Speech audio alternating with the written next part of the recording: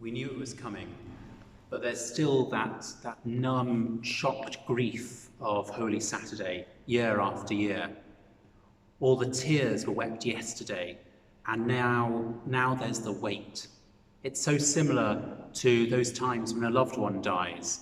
At some times there's the active mourning, there's crying, there's doing things, organising the funeral, but there's also those moments when there's nothing to do, and you catch yourself just staring off into space, lost in your thoughts, or suddenly something brings to mind the departed, some joke they'd have found funny, some food they liked, a book that they were only halfway through. It was probably the same for the disciples after that first Good Friday. The shock and horror as they scattered, leaderless, knowing that the one they had followed, the one that they had loved, had been killed in a degrading, vile manner. We get a glimpse of this dejection in the attitude of the two disciples on the road to Emmaus, shoulders slumped, heading away from Jerusalem, their hopes crushed. As it slowly dawns on them, so it does for us. The cross was an end, but not the end.